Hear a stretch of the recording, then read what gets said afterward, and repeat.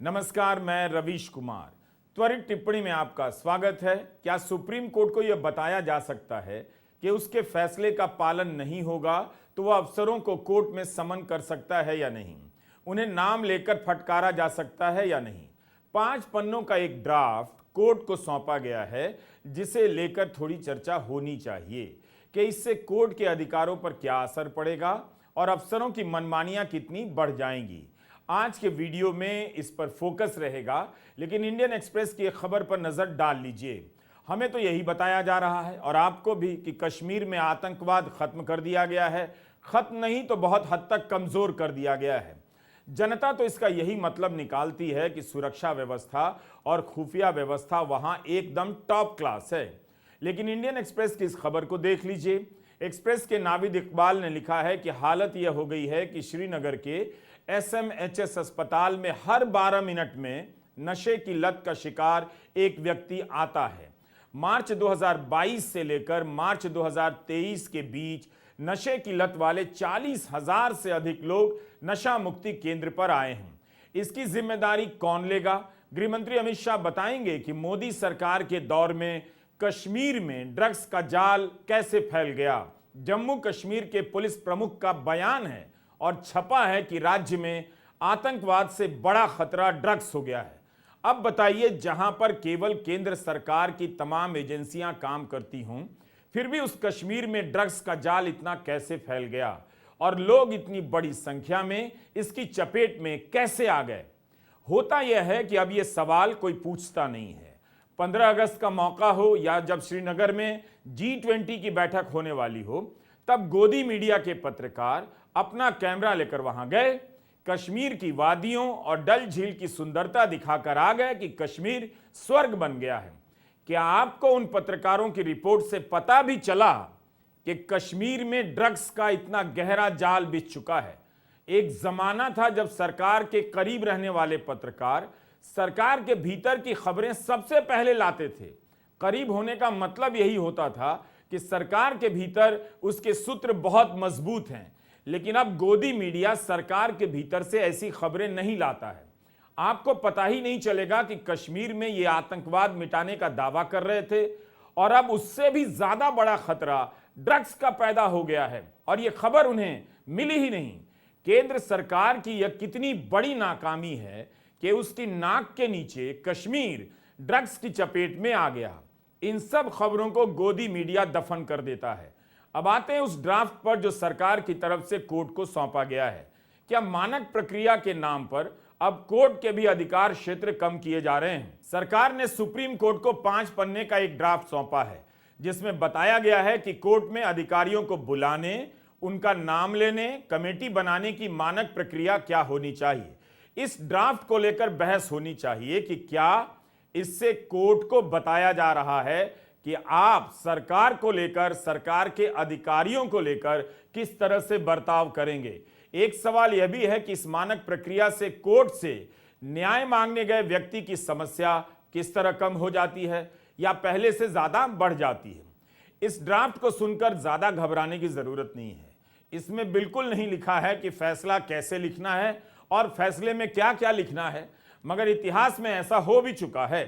फिलहाल जो मानक प्रक्रिया सौंपी गई है ड्राफ्ट के रूप में, उस पर नजर डालनी चाहिए कि इससे आम आदमी का हित बेहतर होता है या नहीं। अखबारों में आपको ऐसी कई खबरें मिलेंगी कि कोर्ट ने अधिकारी को बुलाया, फटकार लगाई, आदेश के पालन नहीं होने पर अवमानना की चेतावनी दी। इस ड्राफ्ट में अवमानना के संबंध में सुझाव दिए गए हैं कि न्यायाधीश को अपने आदेशों से संबंधित अवमानना कार्रवाई पर निर्णय नहीं देना चाहिए। जिस जज के आदेश की अवमानना होगी तो वे निर्णय क्यों नहीं दे सकते हैं? क्या मैं ठीक समझ रहा हूं? आप प्रदूषण से जुड़े मामले में अदालत की टिप्पणियों को सुनिए। नमामि गंगे अभियान में इलाहाबाद हाईकोर्ट ने अफसरों को कितना फटकारा है, कैसे कैसे सवाल पूछे हैं और यह भी कहा है कि सवालों के जवाब अफसरों की तरफ से नहीं दिए जाते। ऐसी स्थिति में क्या मानक प्रक्रिया होनी चाहिए? क्या यह सब अब सरकार के हिसाब से होगा कि नाम मत लीजिए, कोर्ट में मत बुलाइए, फिर कोर्ट के सामने क्या मंत्री जी हाजिर होने वाले हैं? कई बार कोर्ट अधिकारियों को बुलाता है, पूछता है, हलफनामा मांगता है। इससे पता चलता है कि कोर्ट है, अदालत है। अधिकारियों में भी संदेश जाता है कि कोर्ट की नजर है। मगर अब सरकार चाहती है कि कोर्ट ऐसा ना करे, किसी अधिकारी को तब तक ना बुलाए जब तक असाधारण परिस्थिति ना हो। यह असाधारण परिस्थिति कौन तय करेगा, कोर्ट या सरकार? क्या किसी अफसर को बुलाने के पहले असाधारण परिस्थिति को भी स्पष्ट करना पड़ेगा? मानक प्रक्रिया के ड्राफ्ट में लिखा है कि अगर किसी अफसर को बुलाना है तो पहले बताना होगा ताकि उसे आने का समय मिले। क्या बात है! और वीडियो कॉन्फ्रेंसिंग का विकल्प दिया जाए।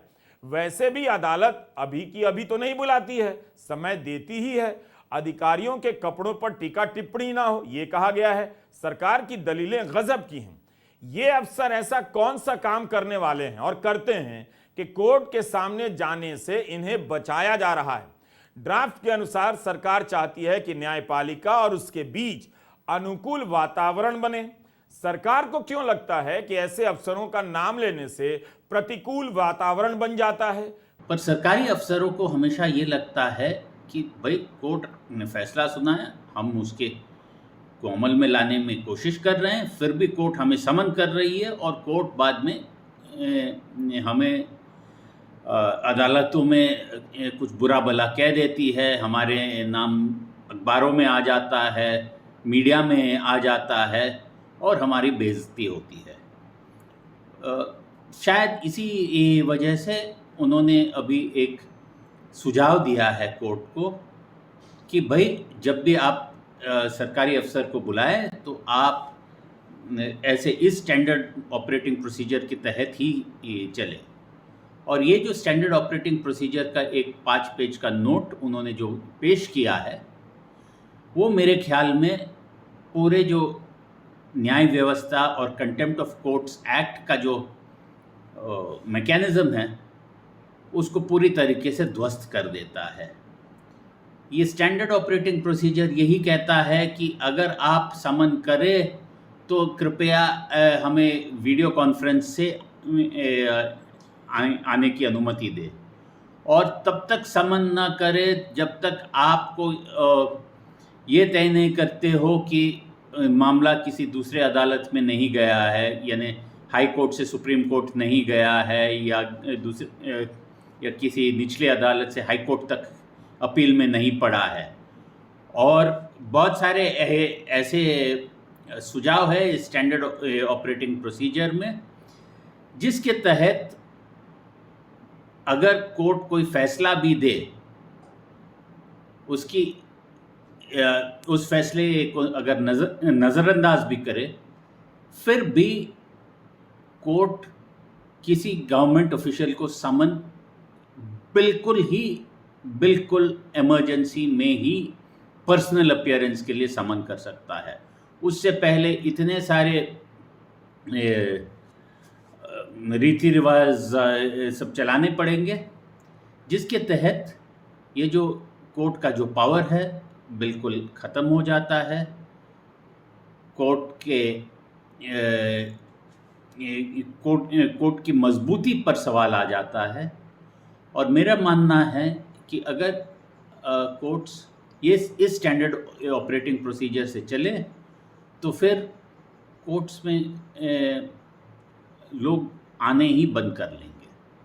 सुप्रीम कोर्ट को ज़्यादा से ज़्यादा जवाब मांगना चाहिए स्टेट से, गवर्नमेंट से, और यहाँ पे गवर्नमेंट की खुद की जिम्मेदारी बनती है कि वो खुद आगे चलकर सारे जवाब दें कोर्ट्स को और कोर्ट में रोज खड़े रहें अगर ऐसे केसेस आ रहे हैं।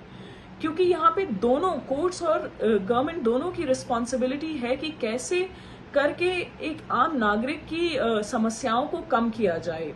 सो अगर हम यहाँ पे जवाबदेही से दूर भागने लगेंगे, अगर हम कहेंगे कि हम कोर्ट में नहीं जाएंगे, नागरिक अपना केस फाइल करके लड़ता रहे, तो ऐसे में ये जो सुझाव है ये in the interest of justice मुझे नहीं लगता है। दूसरा सजेशन है कि वीसी से अपीयरेंस हो जाए।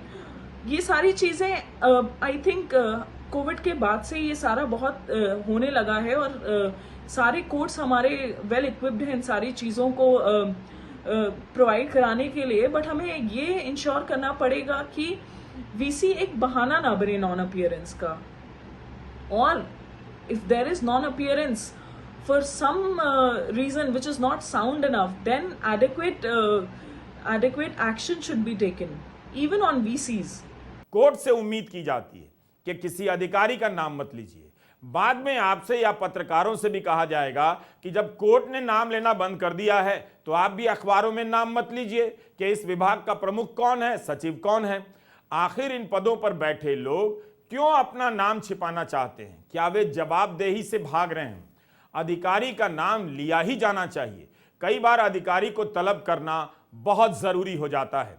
सुप्रीम कोर्ट ने मणिपुर के मामले में सुनवाई के दौरान जब यह सब देखा कि हजारों की संख्या में एफआईआर हुई है और कार्रवाई के नाम पर कुछ भी नहीं हुआ है, कुछ ही केस में गिरफ्तारी हुई है, तब अदालत ने कहा कि ऐसा तो लगता ही नहीं कि राज्य में कानून व्यवस्था नाम की कोई चीज बची है। इसके बाद कोर्ट ने मणिपुर के पुलिस प्रमुख को हाजिर होने का आदेश दिया और उन्हें हाजिर होने के लिए समय भी दिया। कोर्ट ने यह नहीं कहा कि 1 घंटे में मणिपुर से दिल्ली आ जाइए, बल्कि कई दिनों का समय दिया। फिर कोर्ट को यह सब बताने की जरूरत क्यों पड़ रही है? मणिपुर के डीजीपी को बुलाया गया, वे हाजिर भी हुए और उसके बाद कोर्ट ने तय किया कि महाराष्ट्र के पूर्व पुलिस प्रमुख को पुलिस की जांच पर नजर रखने का काम सौंप दिया जाए। तो क्या इसके लिए सरकार अब बताएगी कि कोर्ट कैसे बुलाए, कब बुलाए और किस तरह से बुलाए? क्या यह सब इसलिए है कि सरकार अपनी पसंद के अधिकारियों से खूब मनमानी करा ले और कोर्ट उनका नाम लेकर पब्लिक में फटकार भी ना लगाए, ताकि वे अपने बच्चों के सामने, समाज के सामने और नौकरशाही के बाकी वर्गों के सामने वे लज्जित ना हो, उस अधिकारी का नाम जनता को पता ना चले और उसकी सामाजिक बदनामी ना हो? आपने देखा कि वर्नन गोंजाल्विस और अरुण फरेरा को बिना ठोस सबूत के 5 साल तक जेल में रख दिया गया। उसके लिए किसी अफसर को बुलाकर फटकार लगानी हो, नाम लेना हो, तो वो क्यों नहीं करना चाहिए? क्या ये सब अब बंद हो जाएगा? हम ये दावा नहीं करते हैं कि पहले ऐसा होता था या नहीं, रूटीन था या अपवाद था, लेकिन मौजूदा हालात में संदेह पैदा होता है।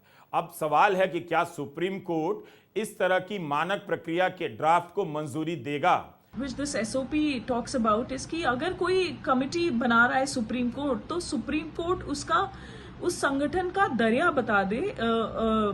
बता दे और उसमें कौन कौन व्यक्ति किस रोल में होगा वो ना बताए।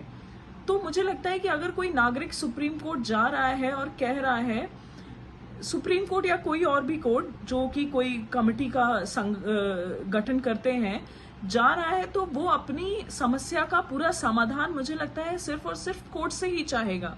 तो ऐसे में कोर्ट से एक्सपेक्ट करना कि वो सिर्फ कमेटी का संगठन कर दे और उसमें जो मेंबर्स होंगे उनका डिस्क्रिप्शन ना दे, मुझे लगता है ये एक लिटिगेंट के इंटरेस्ट के फेवर में नहीं है। मानक प्रक्रिया को लेकर बहस होनी चाहिए।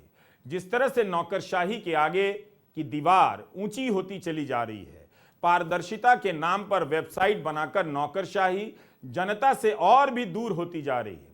वो अब इन प्रक्रियाओं का सहारा लेकर कोर्ट के सामने नहीं जाना चाहती है। आखिर जब कोई अधिकारी अदालत के सामने पेश होने जा रहा है तो उससे उम्मीद क्यों नहीं की जानी चाहिए कि वो ठीक से तैयार होकर जाए? क्या वो अपने दफ्तर में जैसे तैसे कपड़ों में चला जाएगा तो मंत्री जी उस पर टिप्पणी नहीं करेंगे?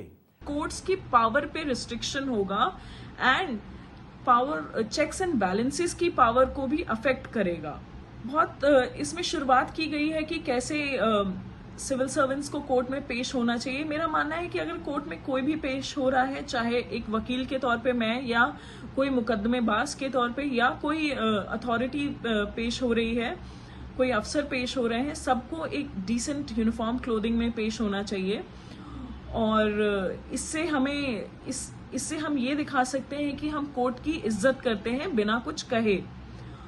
और कपड़े तो एक तरफ हैं, लेकिन उससे ज्यादा मेरा मानना है इस चीज पे ध्यान देना चाहिए कि कोर्ट्स की इंसान, एक जो सरकारी अफसर कोर्ट में आ रहा है, वो अपने एफिडेविट में, वो अपने जवाब में बोल क्या रहा है।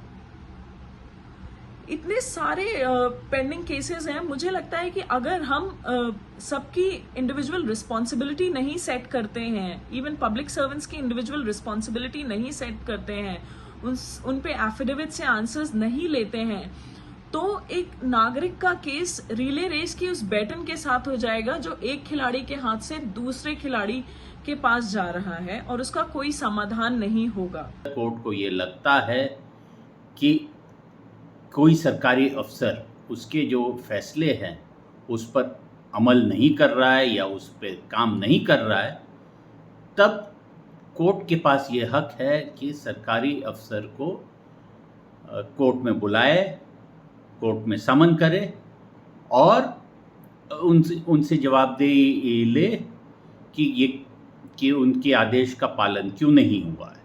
और अगर कोर्ट ये इस फैसले पे पहुंचता है कि ये ज़बरदस्ती उनके आदेश के उल्लंघन हुआ है, तब कोर्ट उस अफसर को सजा भी सुना सकती है। अफसरों को अदालत से बचाने के लिए मानक प्रक्रिया के इस प्रस्ताव पर पर्याप्त बहस होनी चाहिए। कई बार सरकारें या विभाग आपस में आरोप प्रत्यारोप करने लग जाते हैं, पता ही नहीं चलता कौन जिम्मेदार है। चीफ जस्टिस ने इंडियन एक्सप्रेस में लिखा है कि जज अगर राजनीतिक और सामाजिक दबाव से मुक्त होकर तटस्थ रूप से फैसले लेंगे तो भरोसा बढ़ेगा। कोर्ट का काम है व्यक्ति या समूह की रक्षा करना, उसके अधिकारों की रक्षा करना, तय करना कि संस्थाएं अपनी संवैधानिक हदों में रहें। यहां तो कोर्ट के आसपास हदें तय की जा रही हैं, ऐसा लगता है। इस पैमाने पर सुप्रीम कोर्ट कितना खरा उतरता है, इस पर जनता की नजर है। चीफ जस्टिस को इन बातों पर जोर देना पड़ रहा है। इससे भी पता चलता है कि हालात क्या हैं, कैसे हैं। इस संदर्भ में भी आप मानक प्रक्रिया के ड्राफ्ट को देखते रहिए। दिल्ली दंगों के आरोप में उमर खालिद की जमानत अर्जी पर सुनवाई नहीं हो सकी। उमर खालिद सितंबर 2020 से जेल में बंद हैं। सुप्रीम कोर्ट ने 2 हफ्ते के बाद की तारीख दी है। तीसरी बार सुनवाई स्थगित हुई। पिछले साल दिल्ली हाई कोर्ट ने जमानत देने से इनकार कर दिया। तब से यह मामला सुप्रीम कोर्ट की सुनवाई और फैसले का इंतजार कर रहा है। CSDS का सर्वे आया है कि 15 से 34 साल के 3 युवाओं में से एक बेरोजगार। 2016 के सर्वे की तुलना में 18% अधिक युवा मानते हैं कि बेरोजगारी देश की सबसे बड़ी समस्या है। गोदी मीडिया तो इस पर चर्चा नहीं करेगा, वो एंटी मुस्लिम चर्चाओं में देश को भटकाता रहेगा। खबरों को दबाकर जनता को दबाया जा रहा है। बेरोजगारी पर कोई बहस नहीं होती, महंगाई पर कोई बहस नहीं है। महंगाई कम होने के आसार भी नजर नहीं आते। ज्यादातर लोग कम सैलरी पर काम करने के लिए मजबूर हैं। नमस्कार, मैं रवीश कुमार।